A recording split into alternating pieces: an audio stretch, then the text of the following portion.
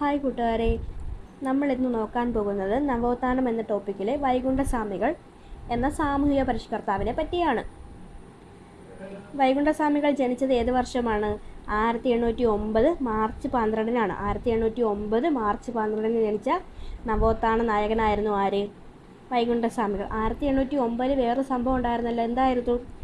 കുണ്ടറ വിളംബരമാണല്ലേ, കുണ്ടറ വിളംബരം. 1809 കുണ്ടറ വിളംബരം വൈകുണ്ഠസ്വാമികളുടെ ജന്മവർഷം. വൈകുണ്ഠസ്വാമിയുടെ മാതാപിതാക്കൾ ആരൊക്കെയായിരുന്നു? പൊന്നും നാടാറും വേലാളുമാണ്. മേൽമുണ്ട് സമരത്തിന് പ്രചോദനം നൽകിയ സാമൂഹ്യ പരിഷ്കർത്താവാണ് ആര്? വൈകുണ്ഠസ്വാമികൾ. മേൽമുണ്ട് സമരം എന്നറിയപ്പെടുന്ന സമരം ഏതാണ്? ചാന്നാർ ലഹള. ഒന്നാം ചാന്നാർ ലഹളയ്ക്കാണ് ആര്? വൈകുണ്ഠസ്വാമികൾ പ്രചോദനം നൽകിയത്. ഏത് വർഷമായിരുന്നത്? 1822-ലാണ്. 1822 ഒന്നാം ചാന്നാർ ലഹളയ്ക്ക് പ്രചോദനം നൽകിയത് ആരാണെന്ന് പറയുന്നു? വൈകുണ്ഠസ്വാമികൾ. വൈകുണ്ഠ ക്ഷേത്രത്തിന് സമീപമുള്ള മുന്തിരിക്കിണർ സ്ഥാപിച്ചത് ആരാണ്? അത് വൈകുണ്ഠസ്വാമികളാണ്. മുന്തിരിക്കിണറിൻ്റെ മറ്റു പേരുകളാണ് എന്തൊക്കെ? മണിക്കിണറും സ്വാമിക്കിണറും. വൈകുണ്ഠസ്വാമികളുടെ പ്രധാന ശിഷ്യൻ ആരാണ്? തൈക്കാട് അയ്യയാണ്. വൈകുണ്ഠസ്വാമികൾ സ്ഥാപിച്ച ക്ഷേത്രങ്ങൾ അറിയപ്പെടുന്ന പേരെന്താണ്? നിഴൽത്താങ്കൾ എന്നാണ്. വൈകുണ്ഠസ്വാമികൾ സ്ഥാപിച്ച ക്ഷേത്രങ്ങൾ അറിയപ്പെടുന്ന പേരാണ് നിഴൽത്താങ്കൾ. തുവയൽ പന്തി കൂട്ടായ്മ സ്ഥാപിച്ചത് അയ്യാ വൈകുണ്ഠസ്വാമികളാണ്. തുവയൽ പന്തി കൂട്ടായ്മ സ്ഥാപിച്ചത് ആരാണ്? വൈകുണ്ഠസ്വാമികളാണ്. വയോജന വിദ്യാഭ്യാസത്തിനായി നിശാ പാഠശാലകൾ സ്ഥാപിച്ച ആദ്യ നവോത്ഥാന നായകനാണ് ആര്? വൈകുണ്ഠസ്വാമികൾ. നിശാ പാഠശാലകൾ സ്ഥാപിച്ച് വയോജന വിദ്യാഭ്യാസം എന്ന ആശയം ആദ്യം നടപ്പിലാക്കിയത് വൈകുണ്ഠസ്വാമികളാണ്. പിന്നെന്താണ്? വിഷ്ണുവിൻ്റെ അവതാരമാണ് താനെന്ന് സ്വയം പ്രഖ്യാപിച്ചു. സമ്പൂർണ്ണ ദേവനെന്നറിയപ്പെട്ടു. സമ്പൂർണ്ണ ദേവനെന്നറിയപ്പെട്ടു. പിന്നെന്താണ്? കേരളത്തിലെ സാമൂഹ്യ പരിഷ്കർത്താക്കളിൽ ആദ്യത്തെ ആൾ. ഇതൊക്കെ ആരായിരുന്നു? വൈകുണ്ഠസ്വാമികളാണ് കേട്ടോ. വിഷ്ണുവിൻ്റെ അവതാരമാണെന്ന് സ്വയം പ്രഖ്യാപിച്ചു, സമ്പൂർണ്ണ ദേവൻ എന്നറിയപ്പെട്ടു. കേരളത്തിലെ സാമൂഹ്യ പരിഷ്കർത്താക്കളിൽ ആദ്യത്തെ ആൾ. ഇതൊക്കെ വൈകുണ്ഠസ്വാമികളാണ്. സമപന്തി ഭോജനം നടത്തി അയിത്ത വ്യവസ്ഥയെ വെല്ലുവിളിച്ചു. വൈകുണ്ഠസ്വാമികൾ എന്താണ് നടത്തിയത്? സമപന്തി ഭോജനം. പ്രീതി ഭോജനം ആരുടെ ആയിരുന്നു? പ്രീതി ഭോജനം അത് വാക്പടാനന്ദൻ്റെ ആണല്ലേ. സമപന്തി ഭോജനം വൈകുണ്ഠസ്വാമികൾ, പ്രീതി ഭോജനം വാക്പടാനന്ദൻ. പട്ടിസദ്യ ആരുടെ ആയിരുന്നു? പട്ടിസദ്യ അത് ചട്ടമ്പി സ്വാമികളുടെ ആണ്. പട്ടിസദ്യ ചട്ടമ്പി സ്വാമികൾ, പ്രീതി ഭോജനം വാക്പടാനന്ദൻ, സമപന്തി ഭോജനം വൈകുണ്ഠസ്വാമികൾ. ഓർത്ത് വെച്ചോണേ. അടുത്ത് നോക്കിയേ.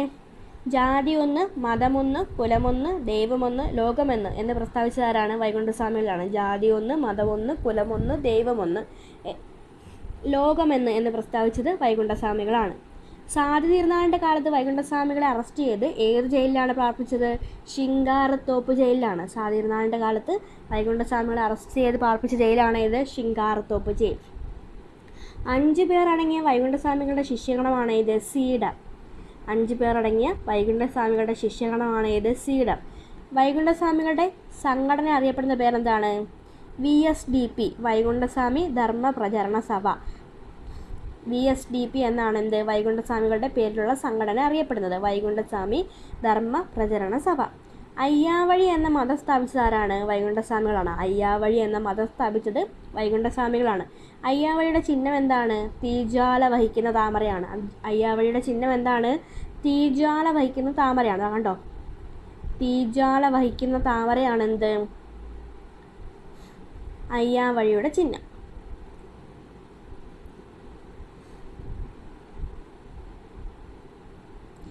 അയ്യാവഴി മതത്തിൻ്റെ പുണ്യസ്ഥലം അറിയപ്പെട്ട പേരെന്താണ്? ദക്ഷനം എന്നാണ്. തിരുച്ചെന്തൂരിലെ ദക്ഷനമാണ് എന്ത്? അയ്യാവഴി മതത്തിൻ്റെ പുണ്യസ്ഥലം അറിയപ്പെടുന്നത്. അയ്യാവഴി ക്ഷേത്രങ്ങളെ പൊതുവെ അറിയപ്പെടുന്ന പേരാണെന്ത്? പതികൾ. അയ്യാവഴി മതത്തിൻ്റെ പുണ്യസ്ഥലമാണ് ഇത്? ദക്ഷനം, തിരുച്ചെന്തൂർ. അയ്യാവഴി ക്ഷേത്രങ്ങളെ പൊതുവെ അറിയപ്പെടുന്ന പേരാണെന്ത്? പതികൾ. മുടിചൂടും പെരുമാൾ, മുത്തുക്കുട്ടി എന്ന നാമധേയത്തിൽ അറിയപ്പെടുന്ന ആരാണ്? വൈകുണ്ഠസ്വാമികളാണ്. അപ്പോൾ മറ്റു പേരുകൾ എന്തൊക്കെയായിരുന്നു? മുടിചൂടും പെരുമാൾ, മുത്തുക്കുട്ടി, സമ്പൂർണ്ണ ദേവൻ എന്നൊക്കെ അറിയപ്പെട്ട ആരാണ്? വൈകുണ്ഠസ്വാമികളാണ്.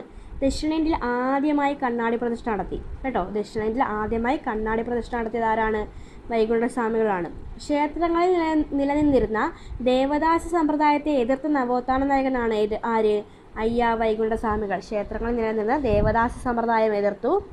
കണ്ണാടിയിൽ കാണുന്ന സ്വന്തം പ്രതിബിംബത്തെ ആരാധിക്കാൻ പറഞ്ഞു. കണ്ടോ, ക്ഷേത്രങ്ങളിലെ ദേവദാസ സമ്പ്രദായത്തെ എതിർത്തു. കണ്ണാടിയിൽ കാണുന്ന സ്വന്തം പ്രതിബിംബത്തെ ആരാധിക്കാൻ പറഞ്ഞു. പിന്നെന്താണ്?